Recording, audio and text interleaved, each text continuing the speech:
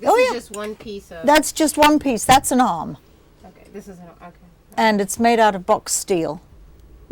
And by the time you get that mannequin, when it's fully made, is probably 75 pounds, right on its own. Anyway, there's one there behind you, which I've just done, and it's ready to go out on loan. And which one? the one that's standing up. Oh, yeah. Yeah, underneath that. Okay. It looks a bit like a corpse, but I'll take the cover off afterwards so that you can have a look. See. Okay. See his feet. Yeah. Okay. That's an Apollo suit. Okay. Let's start by introducing ourselves. Okay. Okay. My name is James Williams. Gotta speak up. Yeah. My name is James Williams. Hello, James. You can shake. I'm Doreen Williams with DW Communications. Hi, Dory. I'm Jamal Jack. How are you? Good. You? I'm just fine, thanks. I'm Mandy Young, and I curate the spacesuit collection here at the National Air and Space Museum. Okay. Can you tell me a little bit about what your job entails? You've got a cut in this, haven't you? Yeah. And it's going to be edited. And it's going to be edited, which is absolutely marvelous. Good. I have what I consider to be one of the most fabulous jobs ever made. Okay. I get to look after some of the most historic objects that ever were made. I look after spacesuits, and that includes the ones when they were the very, very early pressure suits, when they were trying to make a spacesuit, all the way through the spacesuits to the ones that went to the moon, and a few suits that thereafter, namely the Apollo-Soyuz program and the Skylab, which was our first space station. And so I look after those. I look after the ones with moon dust on them. I look after Neil Armstrong and Buzz Aldrin's suit, and Jack Schmitt and Gene Cernan's suits from Apollo 17, who were the first and last men on the moon. Mm-hmm. Okay. Can you tell us a little bit about the backing here, the pictures on the wall? This wall of misfits, somehow, I put together because I was trying to organize what I had and what the spacesuits collection consisted of. We had a very large grant a few years ago, part of the Save America's Treasures program. And during the course of that, we were able to evaluate each of the Apollo spacesuits. And in order to do that, I had to get them into some kind of order, and that's what I did. And the first three of these doors are the flown spacesuits, all of which are in our collections, with the exception of three. Three Gemini suits are not in our collection, but all the other suits are, all the Mercury, Gemini, and Apollo suits. After this, these are the suits that were made for pure research, or they were research into building the suits that ultimately ended up on the moon. Okay, and that's the last... That's from here on through to the end. Okay. As you can see, there are a lot more developmental suits than ever were actually used, which is a kind of interesting thing. This group of spacesuits here was for research purposes, but they're called hard suits. And so let me tell you a bit about your crash course, as I say, on spacesuits. Okay. A spacesuit is designed to keep pressure and oxygen in, and no pressure and no oxygen out. In other words, it keeps everything in and everything out. What happens, though, is you have to have oxygen to breathe, and you have to have pressure in order to force it into your lungs. So therefore, you've got to be able to pressurize a suit on the inside without it blowing up like a balloon, which is what will happen. A soft space suit is a bit of a misnomer because though it is soft and movable, it's not really soft. It's got a system on the inside to prevent it from blowing up that looks just like a football player. Okay. You know, it is full of plastic and steel and cords and little tubes and all sorts of things to hold the thing in. And this is the other kind of suit, which is called a hard suit.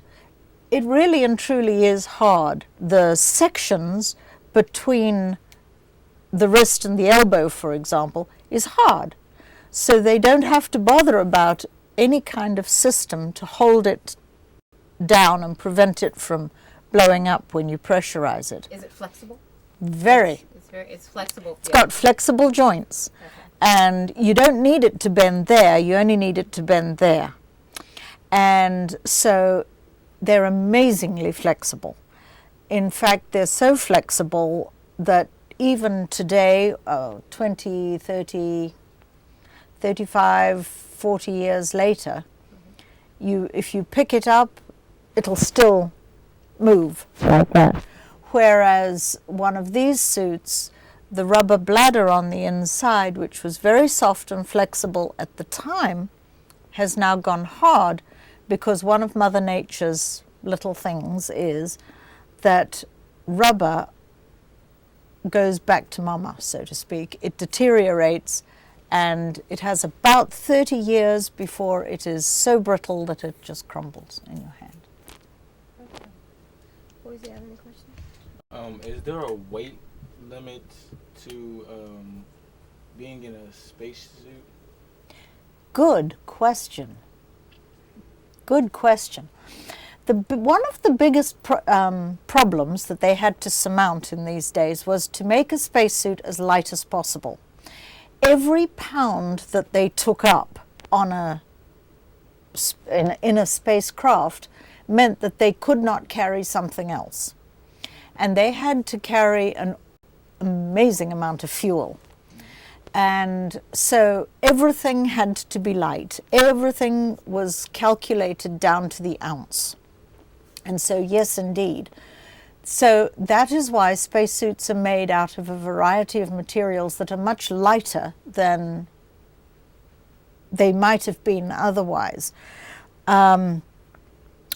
They made them out of fiberglass, Teflon, aluminium, nylon, polyester. They did not make it out of steel for strength because steel is very heavy. Even though they did have one material which was called Chromel R, which was a high tensity, high chromium steel that was woven into bundles, and then it was bundled up and woven and became a fabric. If you will stop that for just a second, I will. Then I'll give it back. Oh, absolutely, Okay. absolutely. Okay. And this is something else. This is an X-ray of an arm for that suit. Okay. You see, that's you find what's going on inside, and it's amazing. How did Absolutely. the very, and hopefully this question will come out correctly. The very first spacesuit, even though it's constantly going through a developmental stage over Yeah. the years, Mhm. but the very first one, how do they know, for one, what it's like up in space because they've never been there before, in order for the designers to design a spacesuit? Okay, let me give you my crash course on spacesuit history. In 1930 something, Okay. before my time, Right. there was a gentleman by the name of Wiley Post. And Wiley Post had one eye because he'd been working in a steel mill, and oh God, it must have hurt. A glob of hot steel, Ooh. yes, got in his eye and blinded him on the left-hand side. I think it was the left-hand side, it might have been. Don't hold me to that. Anyway, he became a barnstormer. Which is? Now, way back then in the 1930s, people were just learning to fly. They had bi-wing aircraft, which means with two wings, and they were open cockpit. And people used to zoom up and zoom down, and they would go as close as they could to a barn or to fields and trees, and they would chase the cows, and they would have these air races and air shows out in the middle of nowhere as part of the summer fair or whatever. And he was one of those, and these daredevil pilots were called barnstormers because they went here, there, and everywhere as fast as they could. People used to stand on the wings too. They used to go along, holding on. And the planes didn't go that fast. You were still probably getting a 50-mile-an-hour headwind, but it wasn't, of the sort that we get now.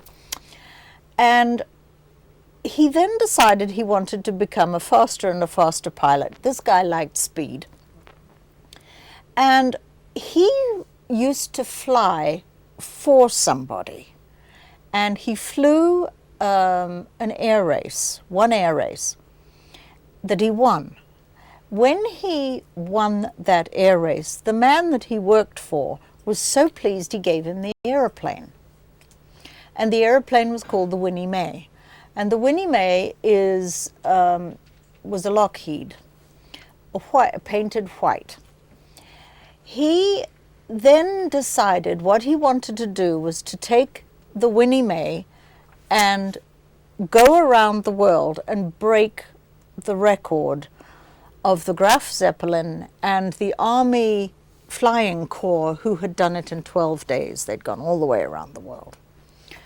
Well, he did break the record, and during the course of all of this flying and going as fast as he could and that sort of thing, he realized that up there was cold. He also realized that up there, if you could catch a high wind, that's what he called them, high winds. They've since become known as the jet stream. If you could catch a high wind, you could pick up a lot of speed because the wind would take you along. The problem was the technology was such that there was no way they could pressurize the cockpit or the aircraft for that matter. And so there was another air race that was going to fly from England to Australia, and he knew that he couldn't do it in the Winnie Mae without some kind of either pressurizing the cabin, but he couldn't pressurize the cabin because it was a partially wood aircraft, I believe. So what he decided to do was to make a suit that would keep him warm. And this is where there are people in history who are not only clever because they see that something can be done, but they've got guts.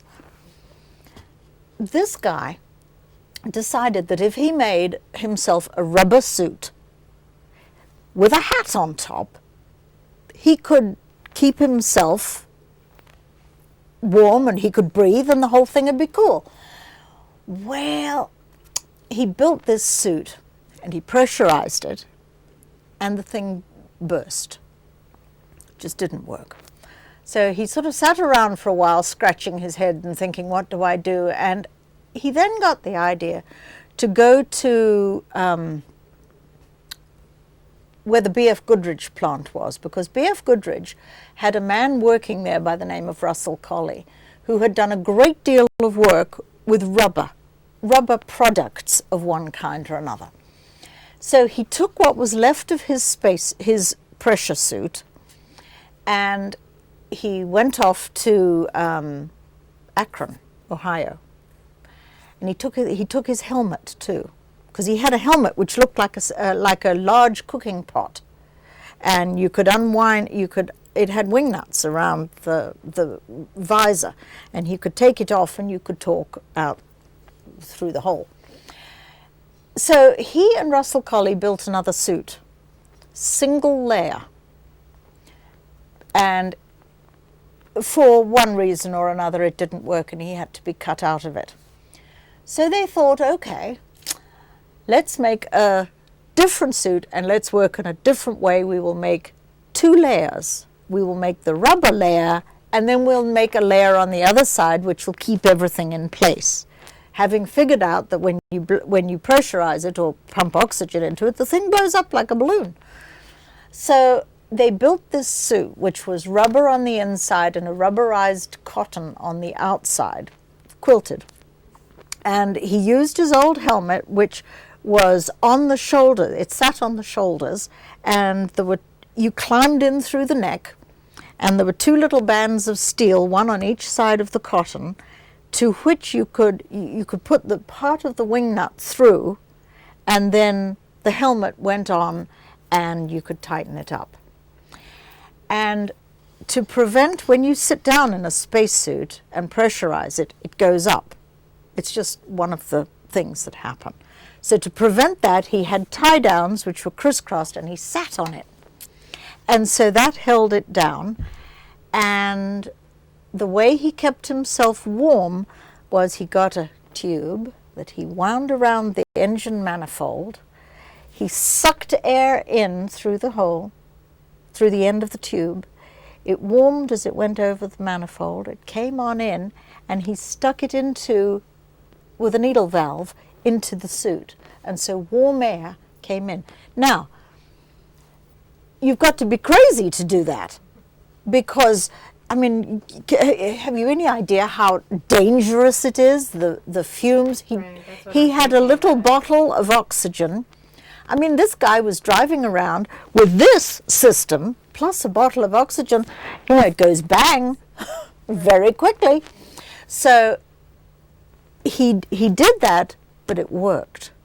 And he was able to go high. And it was truly the first full pressure suit. However, Wiley Post was never able to take part in the London to Australia air races because he never got his suit ready in time and a variety of other reasons. He just never did. And he died a couple of years later in Barrow, Alaska. He was Will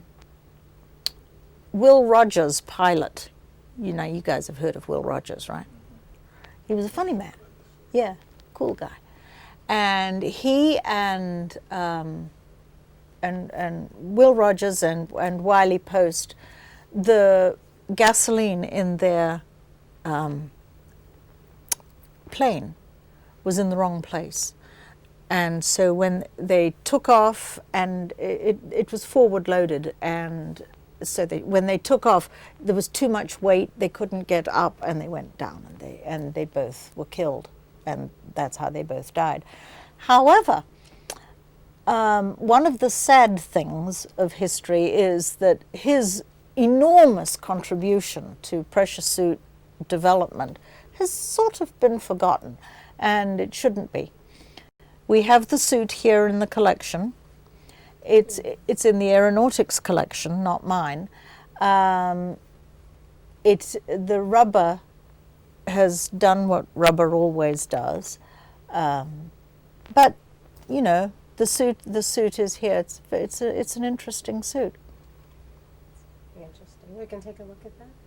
No, I don't have this. I don't have the suit here. It's over at the conservation lab, over at the other. Okay. So unfortunately, that I can't show you. Okay. Is that something we could search and find a picture on? Yes, actually, I've got a picture out there of it. There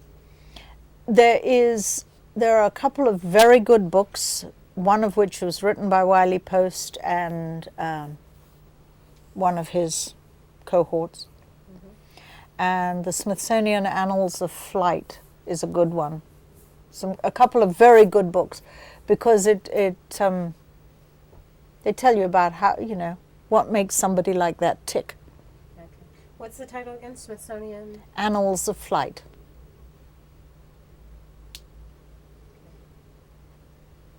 Gentlemen, do you have any questions?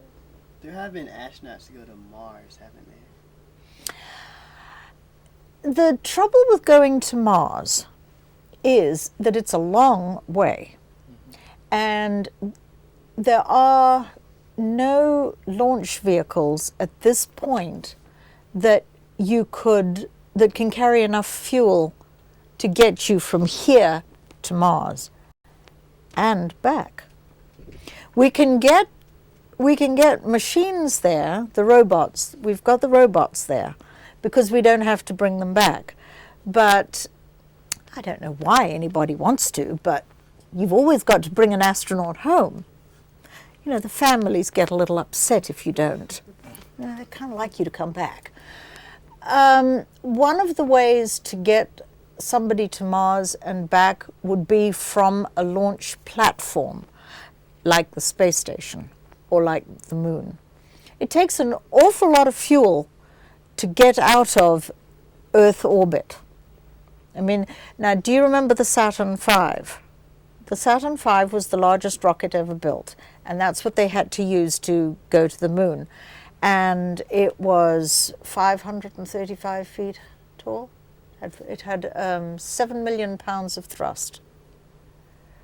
Big, really big.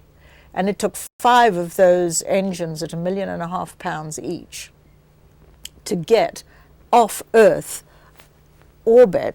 I mean, just to get you high enough. You see, the shuttle is a very low orbit vehicle. The space station is a very low orbit. In order to get out of Earth orbit so that you can go into deep space, which is what, anything other than this low orbital travel, in order to go into deep space, you've got to get much higher before you fire those thrusters to kind of go. And the Saturn V was the only one that was able to get you there. And that was, the Saturn V was, just as an example, if it was that high, the spacecraft with the people in it was about that big on the top. It's a big difference. Big spacecraft, serious spacecraft. Rocket, anyway. I like rockets. What sparked your interest? Like, how did you... What What- sparked your interest in spacesuits and space? Oh, nothing. I fell into it. Okay. Absolutely fell into it. It just seems like you've absorbed it since then. Oh, you have to. You have to. Osmosis. You know, you do absorb it. But rockets are great fun because they do one thing brilliantly, better than anything on Earth, one time. That's it. It's sort of, I don't know, it's just amazing. They just go and then they stop and they've done it. But, and that's all they do. With the spacesuit, can you break down... Okay, all right. It was a question I just... Oh, what I was getting ready to Okay. No, I had a question. The question I asked her, Mm-hmm. I had a question after that. Okay. After she asked it, and then you asked a different question that threw it off. Oh, okay. Well, go ahead. Ask your question, your next Because question. the way we edit it, Yeah. we can maybe piece it back on. Okay. Yeah. You ready? Yeah. The planet, is astronauts only been to the moon, or is there any more planets they've been to? No, only the moon. Only the moon. Yes, and the moon is not really a planet. It's a moon. Take your sense of humor where you get it. The moon, even then, was a 4-day ride. I mean, Just to reach it. just to get there. It was 4 days there and 4 days back. See, 'cause I thought they went to other planets. Uh, Mercury. Well, Mercury. Oh, God! Now you're going to ask me things that I don't know about.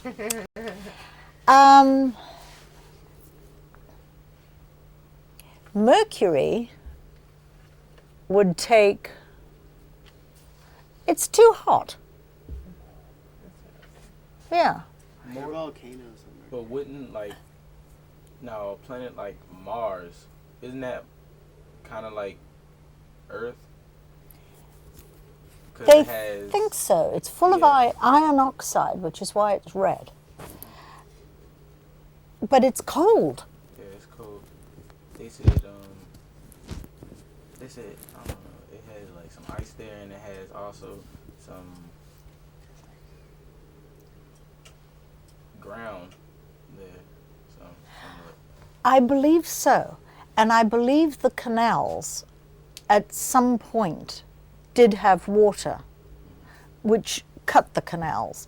So it's obviously a planet that at some point in the dark mists of time, It had life. I don't know about life, but it certainly had water. And where there's water, there's usually life. Does issues that we hear about here on Earth as far as pollution and greenhouse gases and global warming, does that affect space? Does that have any? Not to my knowledge. And the reason I say that is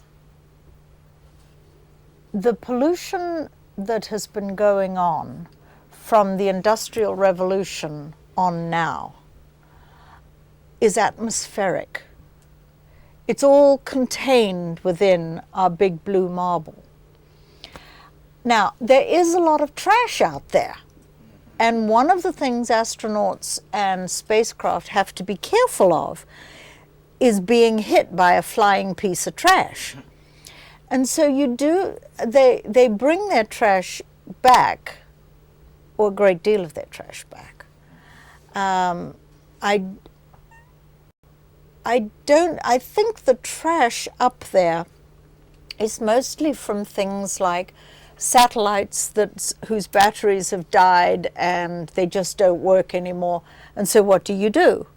This thing is zooming around up there. It's not like you can go up with the local trash truck and pick it up. So it just keeps on going. And gradually, with all of these things, their orbit decays, and so they do come back through the atmosphere, and a great percentage of it burns up on the way, but other chunks do come through. Can you take us through? Did you have a question? I was thinking of one. I wasn't sure. Go ahead. Like, Fire away! No silly questions. no, because No. I'm saying there are no silly questions. Oh. Just, Especially when you've jumped feet first into a subject that you didn't right. study in great detail before. So trust me, no dumb questions. if you're in a spacesuit Mhm. and you don't have like a spaceship, like you're like in space. You're just floating around there. See, I thought you could fall, and like it's like everlasting. You just, I know, right? That's what I thought. I didn't know you just Ah. keep on floating. You can only fall when there's gravity. And because you are out there and you're in a spacesuit, and assuming you're alive in your little spacesuit, but you're just floating around because, like in 2001 in that movie, you know, the Hal cut the cord and you just floated away. In zero gravity and zero everything, you don't really move much unless something happens to give you a push. So, for example, they found on Skylab that if they would sit on their little bicycle and exercise away on their little bicycle, and they got sweaty on the back, the sweat didn't go off and little beads go everywhere. It just stayed because something has to happen to give it a push for it to go, because there's nothing to stop it moving, but there's also nothing to start it moving. So it just stays there. So it just kind of stays there. You know these pictures of the astronauts in the shuttle when they're going out, bub, bub, bub, and they're eating little balls of orange juice? The only reason those things are moving is because somebody went like that. And so it had a little push. So how can they like breathe, like with the type of like You can't breathe if you are outside the spacecraft without a spacesuit which has an oxygen tank. You just can't. What happens is, because it is zero atmosphere, it's physics coming in here now, zero atmosphere will suck the oxygen out, because there's no atmosphere. It's going to suck the oxygen out of your blood, and it makes bubbles, and it looks like it's boiling. It's not hot, of course, but all it is the oxygen coming out, and you're dead in 5 seconds. That's what I heard. very small amount of time. It's something like 5 or 10 seconds, yes. Okay, Don't you? go ahead. Don't you turn blue? I don't know. You're not allowed to ask me any more questions that I don't know the answers for. That I don't know, in all honesty. It's a good point, whether your fingernails go blue and whether you go blue. Good question. But the step by step, the way that you just explained it, what's the very first thing that happens to the body? Say you're outside the space shuttle. You're outside of it. What's the first thing that happens to the body? If you were to Your break it blood, down into your steps. blood starts to boil, and it doesn't take long. And then you're dead. Now, I have seen films where they've done things like say that your face swells up and you explode and all sorts of really rather gross things like that. But I don't know whether that's the case or not. Can you break down the parts of the spacesuit? I know there's the life support system and the ventilation system. Can you break down a spacesuit for us? The various parts of it. Okay, from the inside out, what you wear is, you wear a urine collection device, you wear a liquid cooling garment, and the reason you wear a liquid cooling garment is because the spacesuit keeps everything out and everything in, you get very hot very quickly and you die from overheating. Because your body generates heat, and if it all stays inside with absolutely no way of going anywhere, you're going to overheat.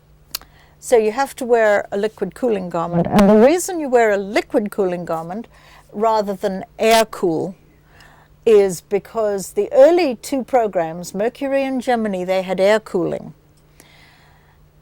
When Apollo and the later programs came along, and to this day they wear liquid cooling garments, they did not have a fan and a pusher that was small enough and powerful enough to push cool air around inside the spacesuit. Water's very much more efficient. Because you just have to have a tiny little impeller to push the water along ever so gently, and then it just comes out the back and goes back into the life support system in the back where it's recooled, and it's just a constant flow. How does a spacesuit collect and release urine? In order to do that, you wear the astronaut. Now, in my day, nowadays it's different because they have a toilet that is built into the shuttle. The astronauts, when they're wearing their space suits, wear diapers. Actually, they wear Depends. But in the early days, they not only hadn't thought up Depends, but all the astronauts were men. So it was a lot easier. They didn't have to go through men and women. They didn't have, privacy and that sort of thing. Didn't exist. The urine collection device is a piece of rubberized material that's that shape, and it's got bands on it, elastic that ties it on. On the inside is a valve that's about that size, The astronaut was connected to the valve with a rubber tube, a latex tube. He peeled into the collection device, the valve took it, and it went away. Now, it went, if they were wearing the spacesuit, they had a collection device within the suit, a little thing. If they were in their suit but in the spacecraft, they connected the collection device to a hose which went to the collection device within the spacecraft. Some of it was vented to the outside, some of it was dehydrated to come back to Earth. So there's a cleanup process once they get back to Earth. Oh yes, Putting it in a nice way. There's a spacecraft cleanup, there's a human cleanup, there's everything. Now, the fecal collection in space for these early programs were plastic bags, but they came with towels and deodorizing liquid and that sort of thing. They ate low bulk food to try and minimize everything, and it was a difficult problem, but that was the only solution they had.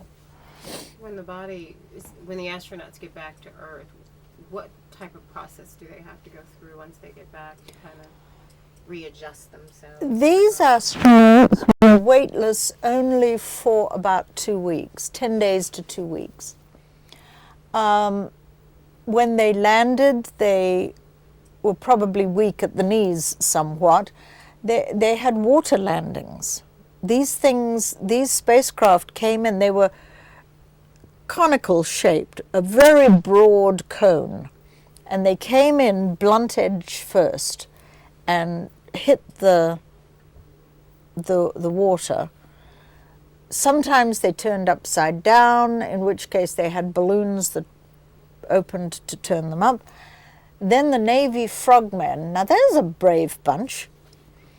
They would come from the aircraft carrier and be dropped into the water, and they would attach the flotation collar to all the way around, and then they'd open the hatch. Now that is a feat in itself. The hatch of an Apollo spacecraft weighed over 300 pounds.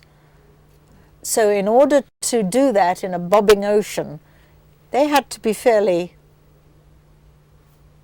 impressive. Well, they had to be very strong. Right. I have great admiration for Navy frogmen. Can you show us some of? Absolutely. Let me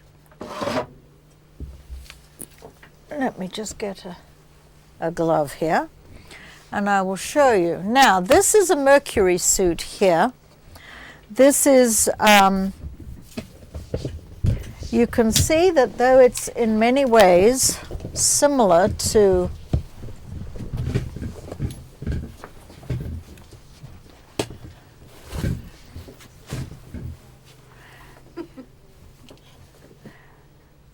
this is a full pressure suit that became a spacesuit. It is 2 layers, nylon and rubber on the inside, and it is got lots and lots of zippers to get in. That is the one that opens up so that you can get in. These here are only to give you extra space while you're yanking the thing up and putting it on.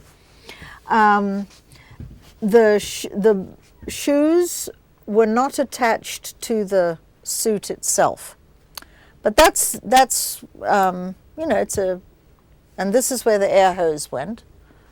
You see in there. So, and there is the pressure gauge. They all had about the same sort of pressure, 4.5, 4.2. Anyway, oh, sorry, I didn't mean to do that. What year is this? This is the very early 1960s, 62, 63, that sort of time. This one here this is Jim Lovell's Apollo 8 spacesuit, and I can bring this out just a little bit, but this one is heavy. This is an Apollo suit, and I've missed the Gemini in the middle because I don't have any Geminis up here.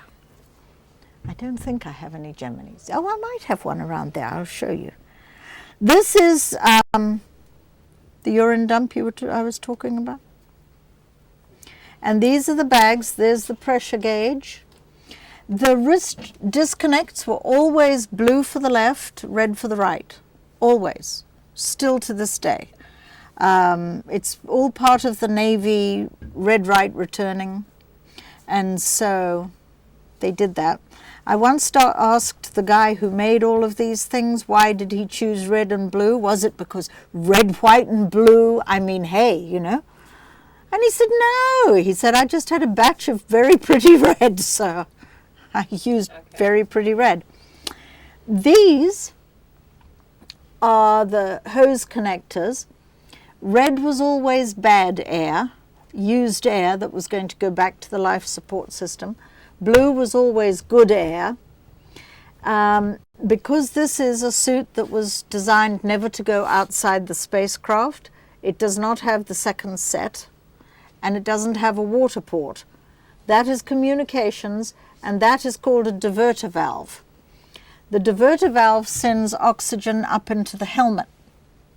And the reason it all goes up into the helmet is because a helmet is a great place to catch all the carbon dioxide, and if you don't force the air up into it to push it out, you're going to have one very quickly passed out astronaut.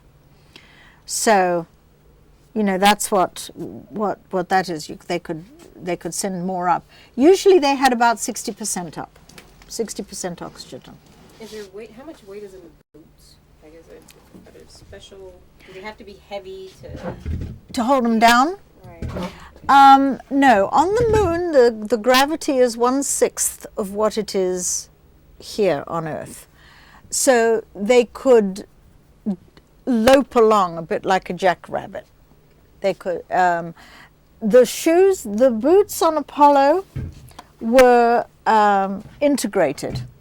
When they got to walking on the moon, they had boots that they pulled over those. And so those very famous footprints on the moon were actually from overshoes. The way that the spacesuit has evolved over time, if I can use that term. It has. You mentioned before the difference. One difference was the air and the water Yes. system. What's Uh-huh. another way that it's kind of evolved, besides for the mere look? The layers. The layers. That was a 2-layer spacesuit. This is a 26-layer spacesuit. That is a suit that was designed never to leave the spacecraft, and though this one wasn't, he would not have died if he'd walked on the moon in this suit. And it was just 2 slightly different versions of the same suit that ended up on the moon.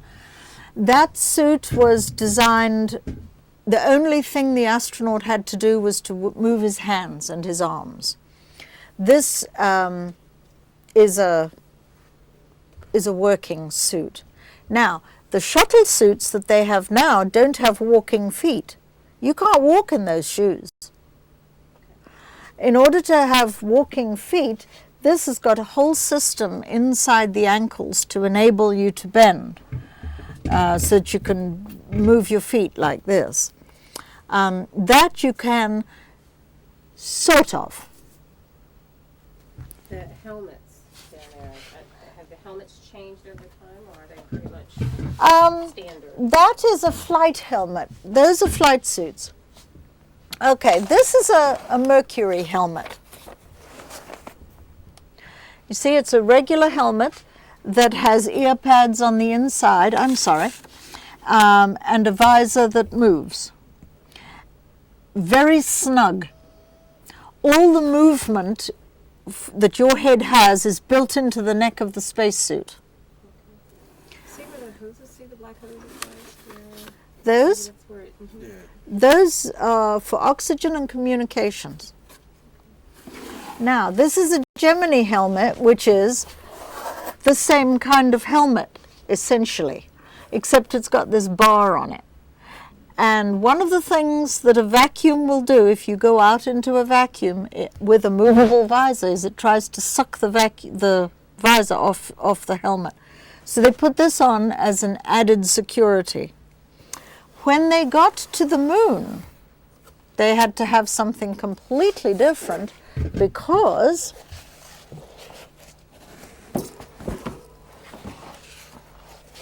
when they got there,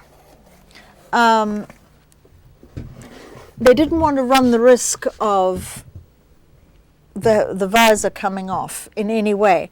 So they thought up this, which is a pressure bubble, as it's called.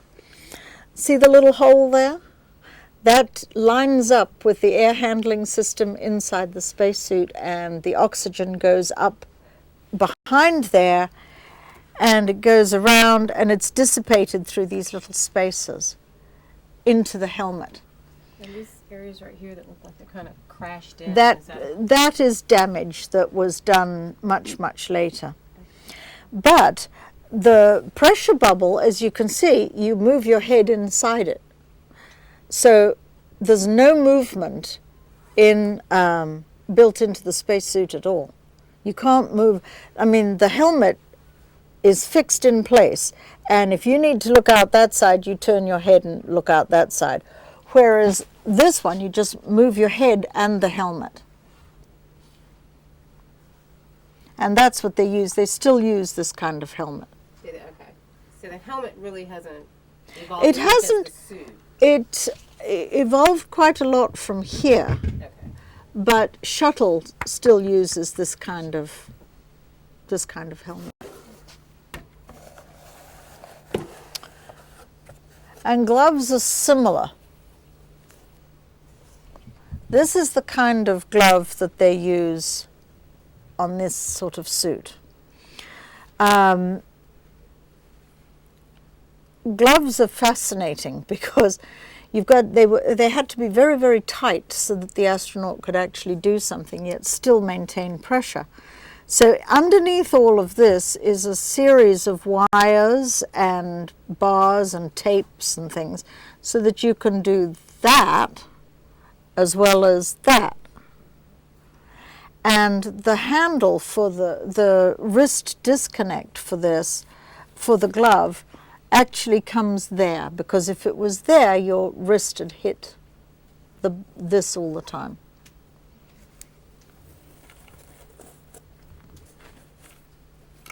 So. You were going to show us what's behind this gentleman standing. Oh, yes.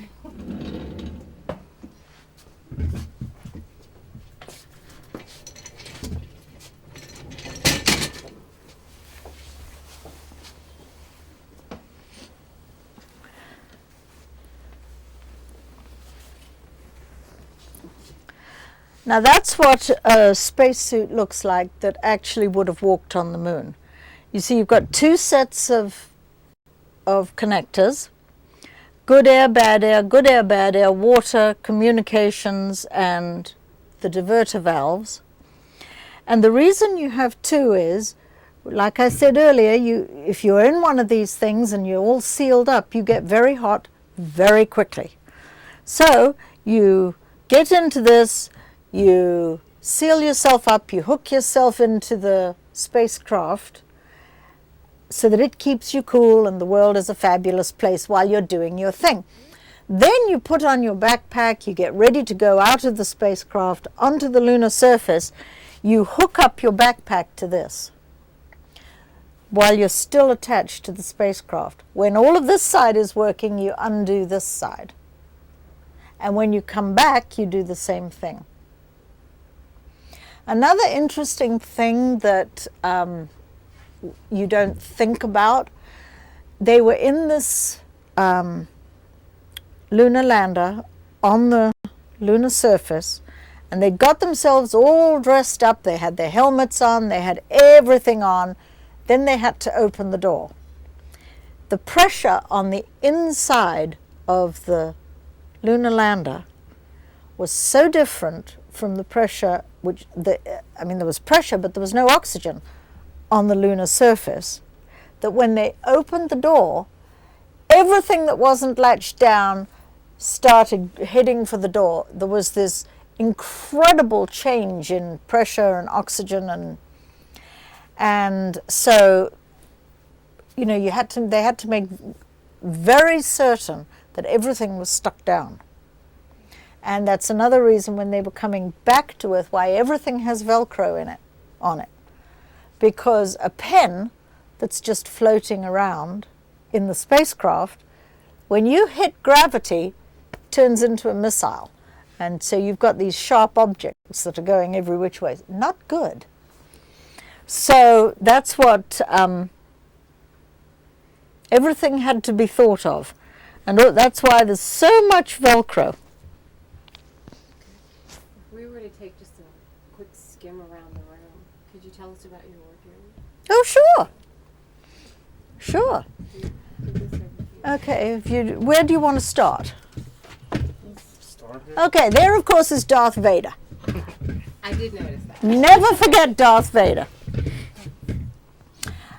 This is where I store things, and so behind those doors are storage drawers.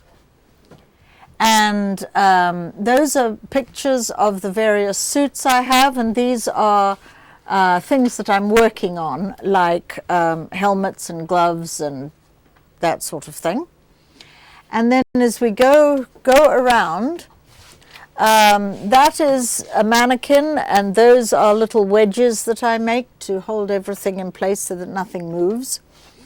And that's sort of where I just do my work. Over there I have helmets, boots and gloves and other suits, and more things that are stored. As you can see, it's very, very crowded. And more shelves, more space suits. There's the mannequin frame. There's a computer that's not used.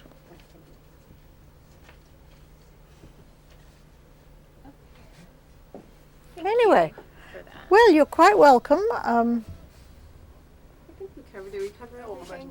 Yeah, far away. The Darth Vader suit. Yeah. Has anybody took an idea from that to make it like a real spacesuit? In actual fact, it's the other way around. He took spacesuit ideas and, with an incredible imagination, added to it. Darth Vader's suit was actually a life support suit, because when he took his helmet off, I don't know whether he died or whether he nearly died or something. Yeah. I mean, in the first or the second or the third movie, I forget which, Yeah, I think it was his second movie. you saw him take it off. Yeah. That actually is a photograph taken by our staff photographer of the real Darth Vader suit. They brought it here for an exhibition. Okay. And they took some fabulous pictures. And then, of course, something fell on it and hurt my picture. But I have another question too. far away. The temperature Yes. of the spacesuits when you go into space, can that affect the spacesuit in any way? Well,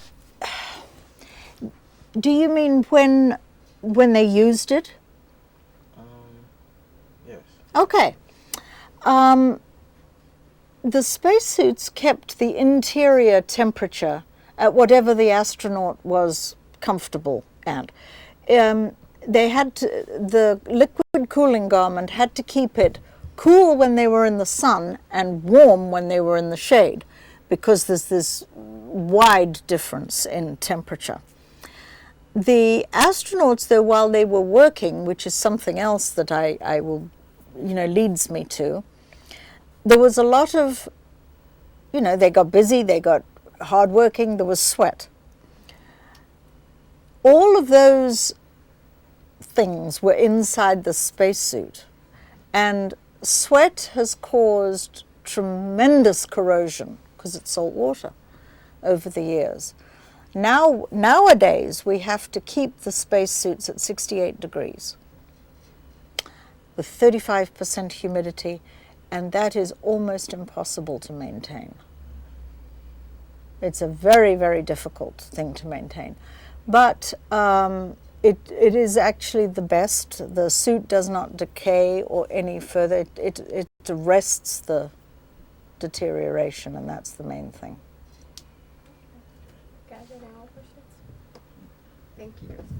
You're quite Very welcome. much. You're quite welcome. I'm glad you came. Thank you. I don't know if that's a NASA picture or...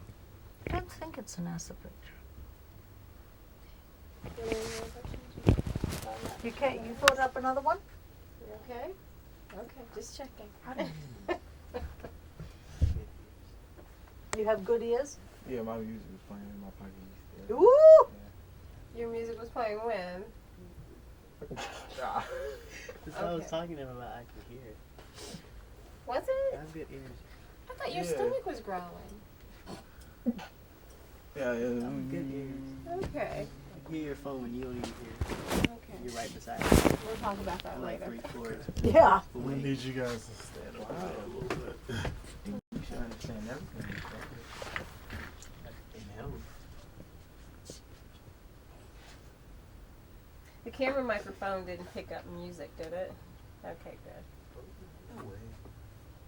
I know that would be We had a good shot here too. Of the arm. That was good. Oh yeah, that is a...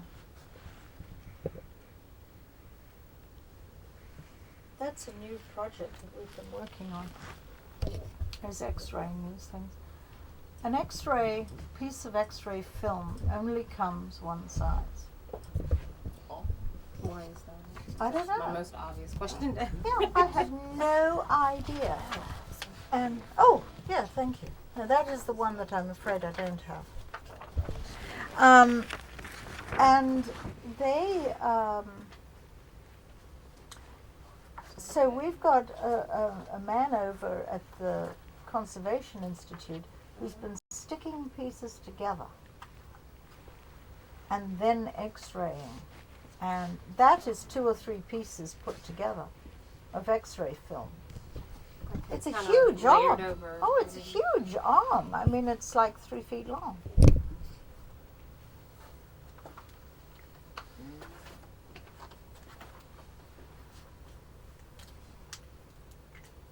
Do you want me to separate those pictures for you, Rodney, or are you okay? Which pictures? These right here. Once you get to them. Yeah. Do you want me to shoot them? Okay, sure. How long does it take to make a space? Oh, that's a good question. We should get that on tape. Depends on how long. Well, I've switched this off. It depends on the kind of spacesuit. 3-6 months. If you're talking about the full spacesuit. In the Apollo days, they used to make the cover layer. You know, because it's 2 sets of layers that are laced together, laced and sewn together. And they'd make the cover layer, and then 6 months before the flight, they would make the pressure layer. And that would probably take about 2 or 3 months. So the one behind you, how long did that take? Probably, from start to finish, it probably took about 6 months. Yeah. What's this gentleman doing right here? That is a 0 pre-breathe suit. In order to make, you know, when you go diving, you have to pre-breathe oxygen before you go down. Did you know that? Do you know why? No, I don't. Because otherwise you will get carbon dioxide in your veins and your arteries, which will give you what's called the bends. That is because you get a thing called narcosis, but it's bubbles in the blood. And bubbles in the blood is very, very painful. They collect in the joints, and they really are extremely painful and can very quickly kill you, actually. Well, in order, all of these things, it's exactly the same. You're going into a different atmosphere or no atmosphere at all. And so you need to have, you need to pre-breathe. These hard suits, one of the ideas behind them was so that they would lower the amount of time that you had to pre-breathe and decompress on your way out. And that suit over there is called a zip suit. It's a zero pre-breathe suit because it can maintain a pressure the same as that on Earth.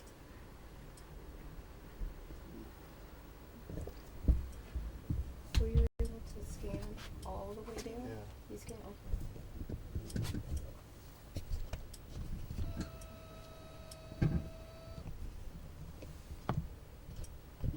But you know how like undersea divers like they go way down, and I've seen suits that look like astronaut suits. Did they take the idea from that? I think so. They probably would all hotly deny it, but I think they did take that idea and then went from there. You know, there are some differences down there as opposed to up there. You know, different harnesses. You know, on those suits you have a harness on the inside so that it doesn't all cut into your shoulders and things. But that's pretty much where they went from. They changed the gloves because those are basic Apollo gloves.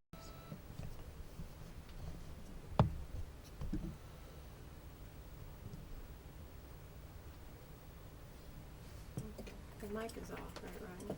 I just Yeah. step here and make the card.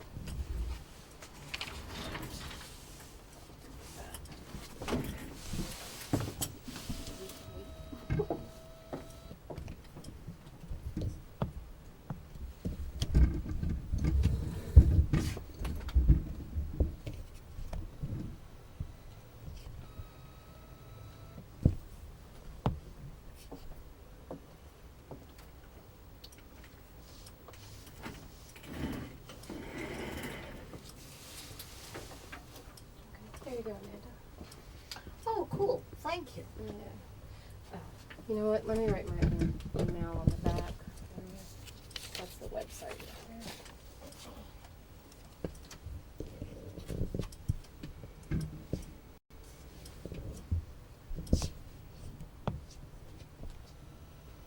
You know, you think something's clean and then you look at it under an electroscanning microscope and you see all that ooky stuff and you think, oh my God. And I have to get you a release statement as well.